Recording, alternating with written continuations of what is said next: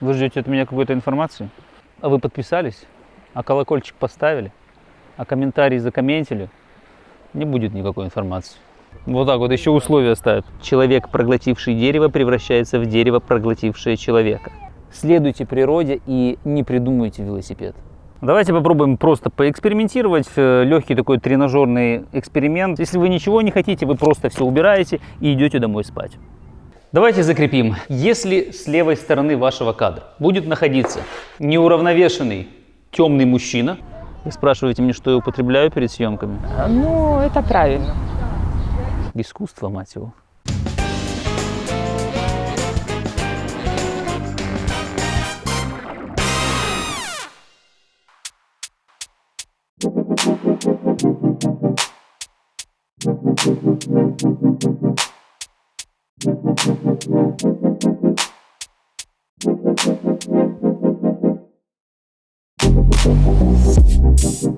Настолько прекрасная погода, что, если честно, даже не хочется ничего рассказывать, не хочется ничего втирать, не хочется ничего, никого ничем лечить, никаких лекарств не хочется в этой серии.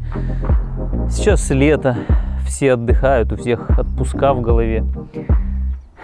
Пляжный сезон, море, прекрасный загар. И только мы занимаемся надпильными делами и пилим очередные видосы. Говорят, что все в мире должно быть сбалансировано, что в мире преобладает равновесие, и количество идиотов всегда должно быть равным количеству адекватных людей. Количество белых и пушистых зайчиков должно приравниваться к количеству голодных волков, чтобы был во всем баланс.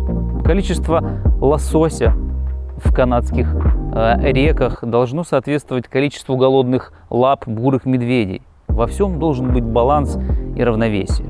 Как вы понимаете, речь сегодня пойдет о балансе, о равновесии внутри кадра. Как должны располагаться объекты в кадре для того, чтобы создавать комфорт, чтобы у зрителя не было ощущения напряженности. Вы могли заметить, что я нахожусь в достаточно такой симметричной, комфортной локации, где напротив меня 2 стула и 2 диванчика. Все равно 2, все можно поделить на 2, все симметрично, все ровно, все скучно. Здесь вы можете наблюдать пустоту. И в данном случае кадр эксцентричен, он немножечко перетягивает на темную сторону, то есть на мою. Как уравновесить, как сбалансировать этот кадр? Все очень просто. Берете сумочку и бросаете ее на рядом сидящий стул. В идеале, чтобы здесь сидела красивая длинноногая блондинка, тогда этот кадр будет уравновешен более гармонично. Мы закрываем июнь, а это значит, что 31 фотография должна выйти из этих прекрасных объективов. А сколько в июне месяце? Я правильно сказал? 31 или 30? Поправьте, если я не прав, мы на всякий случай сделаем на одну фотографию больше или меньше. Наша с вами сегодня задача и миссия – найти максимальное количество и вариаций разных уравновешенных и неуравновешенных предметов в этом городе и вообще в этом мире, для того, чтобы понимать, как это возможно использовать на практике и делать ваши фотографии еще более интересными и еще более продуманными.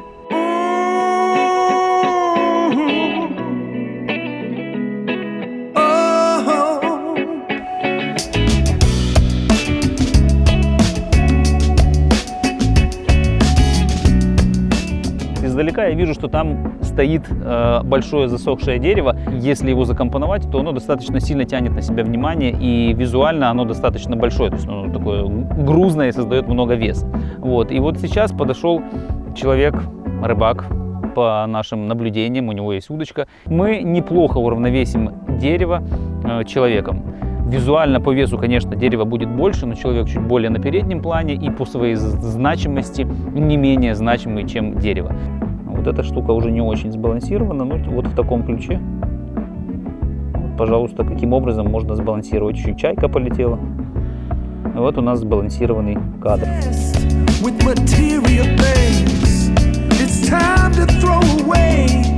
Легким движением ноги мы можем уравновесить абсолютно самых неуравновешенных людей в этом городе.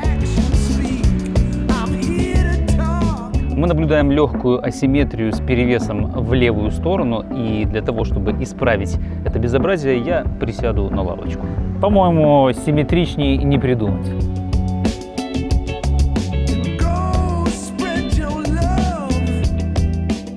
Мы нашли выстроенные камни, по которым люди спускаются в воду, и на заднем плане, ну вот мы присели немножечко, на заднем плане у нас нарисовались дома Оболонской набережной. А можно тебя попросить вертикально стать и посмотрите туда, в сторону Оболони? Прям спиной к нам и 2 руки вверх. О, вот сейчас мы полностью уравновесили этот кадр. Вот так работает равновесие в уличной фотографии. Случай из жизни.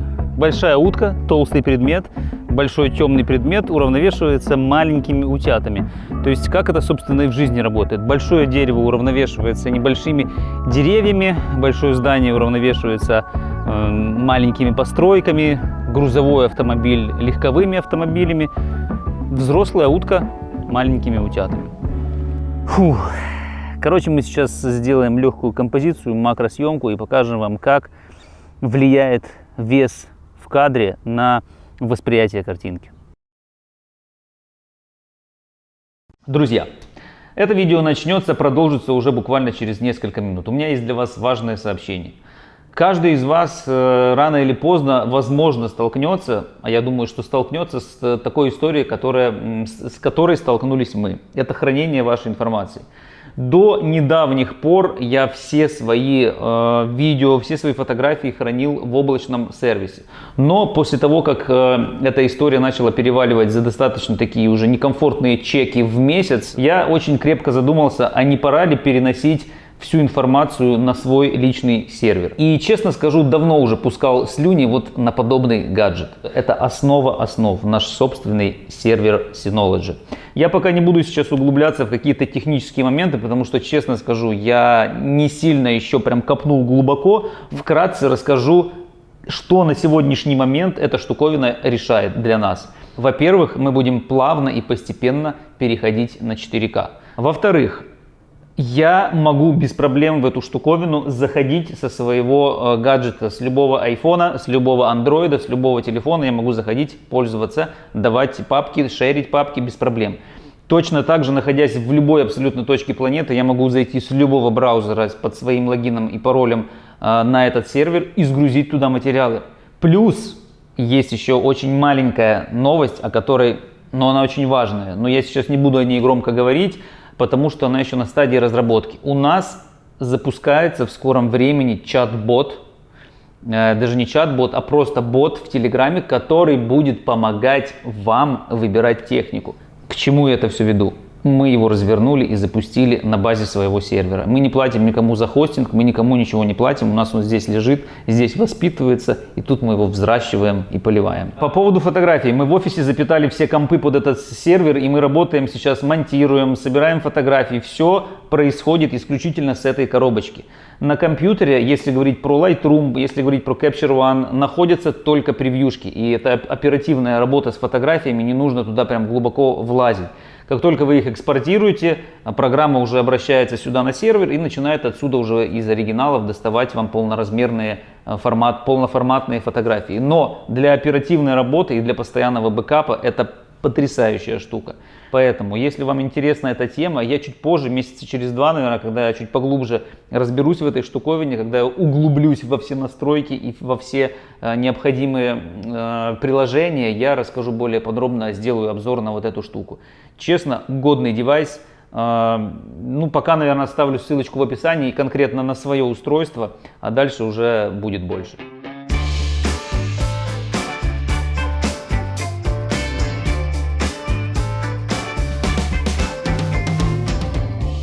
Если вы хотите создать напряжение, вы убираете все с одной стороны, у вас стоит глыба, вот такая вот глыба, вот, условно говоря, она тянет на себя все внимание.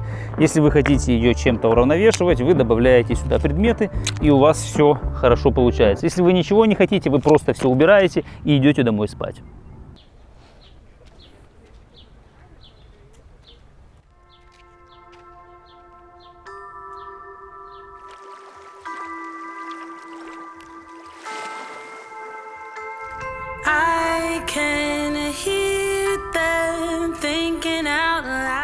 Мы сейчас видим обычный мост, который соединяет левый и правый берег города Киева. И здесь, в Днепре, даже в такой некой затоке, мы видим легенькое такое растворенное изображение в воде.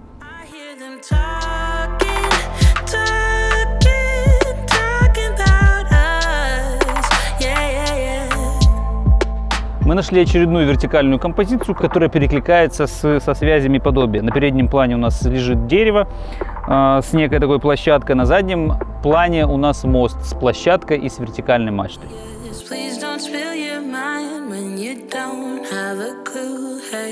Очередная композиция. Мы видим усеянные густо деревья, ну точнее не усеянные, а растущие, плюс одно уже поваленное на землю, и композиция норовит перевешиваться в правую сторону.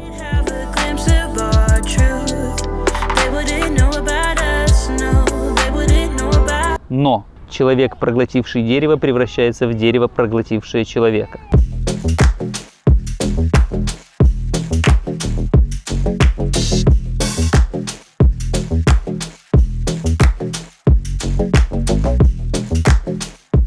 Вы спрашиваете мне, что я употребляю перед съемками?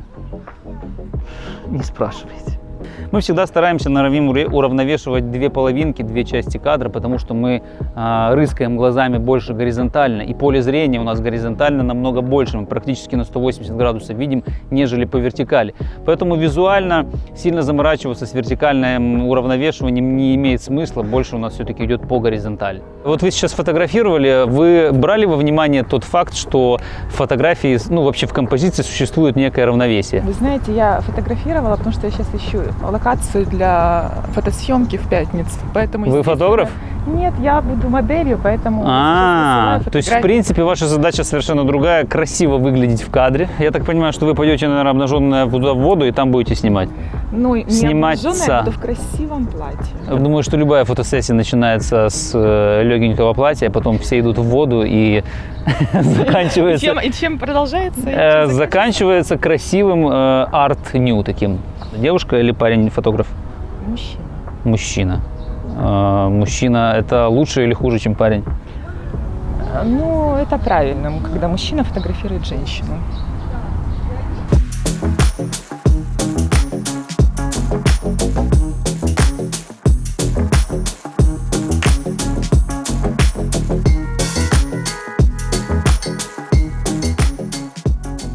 Находясь здесь, я хотел бы вам показать, как работает центральная симметричная композиция и как работает асимметричная. Я нахожусь ровно в центре, в безопасности, по правую и по левую сторону от меня.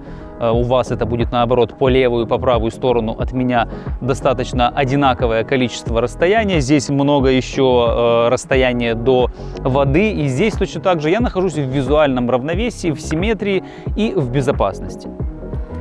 Если вы хотите изменить настроение в вашем кадре, если вы хотите передать немного динамики, опасности и направления задать, вы смещаете ваш объект вправо от визуального центра, перемещаете его к видимой опасности и перекадровываете вашу композицию.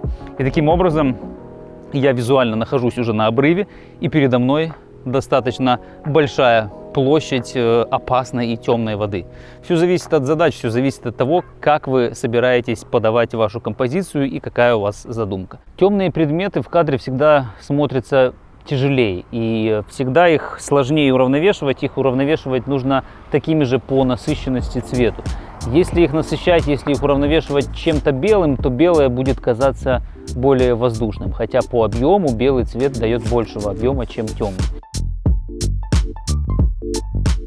В данном случае в правом верхнем углу у нас два круглых объекта, ну опять же эти же торцы столбов. В левом углу просто динамические такие стрелы. И фотография получается достаточно динамичной, если сместить вот эти два круга, два среза в правый верхний угол. Если поставить в левый нижний угол какой-то предмет, мы сможем уравновесить. Но тогда фотография потеряет свою динамику, потеряет свой смысл. Собственно, вот выехал человек на велосипеде, и он сам по себе уравновесил всю эту композицию.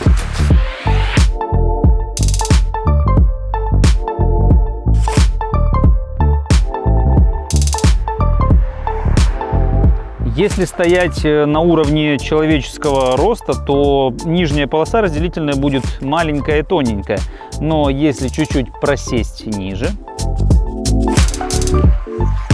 с левой стороны навалили дров, достаточно большую кучу.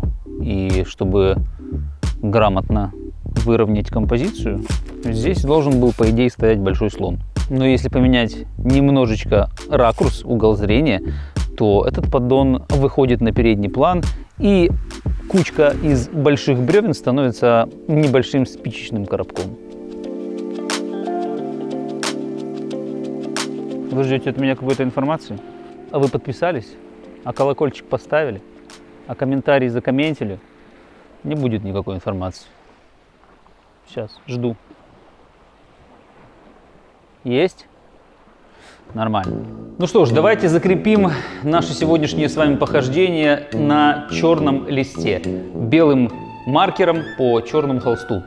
Черная плоскость — это будет ваша фотография. Мы сейчас пройдем и закрепим все основные моменты, чтобы вам было понятно, что такое равновесие. Если мы помещаем объект в левую сторону, перевес в левую сторону. Спасибо, капитан Очевидность. У нас с правой стороны, соответственно, появляется много пространства, и мы можем догадаться и додуматься, что объект двигается слева направо. Именно так наш человеческий взгляд, человеческий глаз привык думать и мыслить. Если мы помещаем объект в правую сторону нашей фотографии, соответственно, у нас есть ощущение, что он движется назад, потому что мы, напомню, воспринимаем фотографию и смотрим ее слева направо. Условно разделяем нашу фотографию левой рукой на две части. Если мы помещаем объект в левую часть и объект в правую часть, у нас получается два кружочка и одна палочка. Что будет, если мы поместим с правой стороны черный объект? Это черный, не спрашивайте меня почему. Черный объект, темный, перевешивает в свою сторону. Он тянет на себя больше внимания, хотя по своему объему, по размеру они абсолютно одинаковые. То есть мы уже нарушили симметрию за счет цвета. Я думаю, с этим понятно. Давайте разберемся с другой историей. Мы убираем этот объект. У нас капитальный перевес в правую сторону, и мы хотим уравновесить его. Для этого мы рисуем несколько объектов разной величины. И тем не менее, они могут быть еще не уравновешены. Если мы их закрасим в черный цвет, то ситуация становится более понятной. Давайте закрепим. Вот прям финалочка, чтобы вы понимали точно, о чем мы говорим. Если с левой стороны вашего кадра будет находиться неуравновешенный темный мужчина, его нужно будет уравновесить двумя, а лучше тремя уравновешенными девушками. И желательно, чтобы они были светлого цвета. Просто светлые. Как вы видите, наша фотография полностью уравновешена. Если мы оставим одного неуравновешенного темного мужчину с левой стороны, наша фотография принимает совершенно другой оборот. Она становится совершенно напряженная, и мы не понимаем, почему он один и почему он стоит в углу. Может быть, он хочет выпрыгнуть, может быть, он что-то задумал и затеял. Поэтому вам решать, уравновешивать этого неуравновешенного мужчину или оставить его здесь страдать, либо разгоняться и выпрыгивать из кадра. Чтобы вы не сказали, что я как-то занимаюсь какой-то дискриминацией, я не знаю, что я на людях какие-то эксперименты ставлю. Давайте упростим задачу. Давайте поместим слева одну собаку черного цвета. По направлению движения мы можем понять, что собака бежит. Но она одна в фотографии, и она смотрится не совсем уравновешенная. Может быть, ей не сделали прививку от бешенства, и тогда уже она точно у нас не уравновешенная.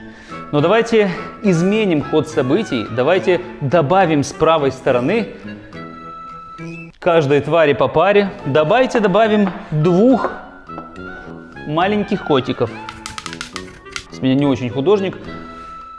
Мы видим на этой фотографии, что собака уже никуда не бежит, она лает на двух котиков.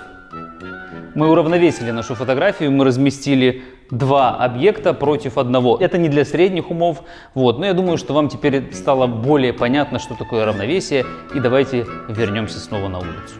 Я выехал в город, чтобы добить недостающими фотографиями, недостающим равновесием.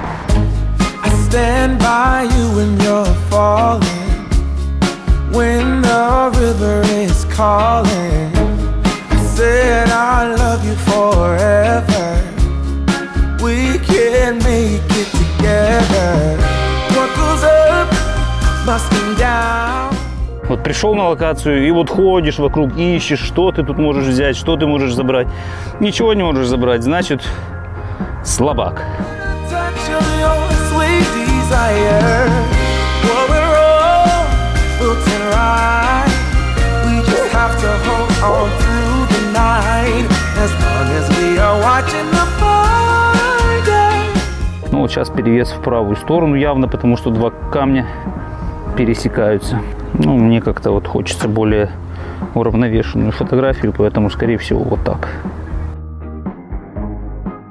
Если мы смещаем камень в левую сторону, то у нас перевес сюда, влево. Если мы смещаемся в эту сторону, то камень уже, в принципе, достаточно гармонично вписывается и, можно сказать, равнозначное по своему весу. Если подойти к дереву вплотную, оно будет занимать большую часть кадра и тянуть на себя. Но там 3 камня, и их перетянуть не так-то уж легко. And it won't take love. Your fragile soul will soon be strong. I'll carry you so tenderly. What I wanna say is that I stand by you when you're falling. When the river is calling, I said I love you forever. We can make it together. У меня лишь к вам маленькое пожелание. Не зацикливайтесь на этих правилах, просто держите их у себя в голове, имейте в виду, что так может быть. И все, что расположено в вашей фотографии, все, что вы располагаете и даете разрешение пребывать на вашей плоскости, в вашей картинке, оно там не просто так. Оно должно взаимодействовать с рядом стоящими предметами, оно должно перекликаться и давать пас. Оно должно общаться внутри камеры, внутри объектива, внутри вашей рамки, вашей фотографии, между рядом стоящими предметами и нести какую-то смысловую нагрузку. Удачи, подписывайтесь, ставьте колокольчик и хорошего вам настроения, а я пошел покупаюсь. Stand by you when you're falling. When the river is calling, I said I love you forever. We can make it together. Hey, we can make it. Yeah.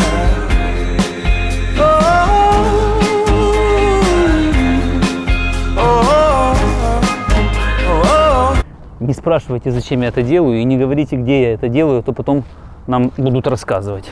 Кадры становятся более уравномешаны, полностью и без...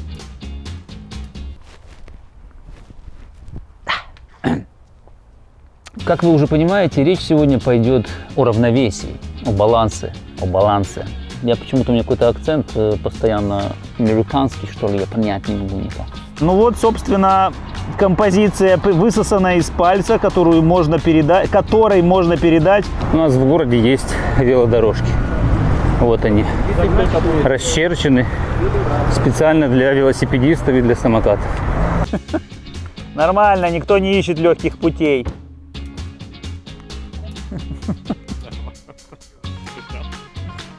Да. Ступеньки для слабаков. Камера, да? Вот, так подожди, ну не можем держать ты не можешь, потому что ты не ведущий канала. Так мне отдали микрофон. Кто отдал? Я же откуда я знаю, кто мне его отдал? Я буду держать. Да, вот так вот, хорошо. Окей. Вот так вот, еще условия ставят. Подошли, еще условия ставят. Ну да, вы вопрос задали, видел ли я вообще в черте города диких животных. Некие люди даже, наверное, перевешивают диких животных и ведут себя крайне агрессивно и неадекватно. Вот, неуравновешенно, если можно так сказать. И да, мы видели много диких животных, и те животные, которые ходят по улице, они еще достаточно милые создания по сравнению с людьми, которых мы встречаем. Передавайте диким животным привет, если вдруг вы их там увидите либо заметите. Слушаю внимательно, что вы мне хотите рассказать? Что вы снимаете? Я вам должен докладывать?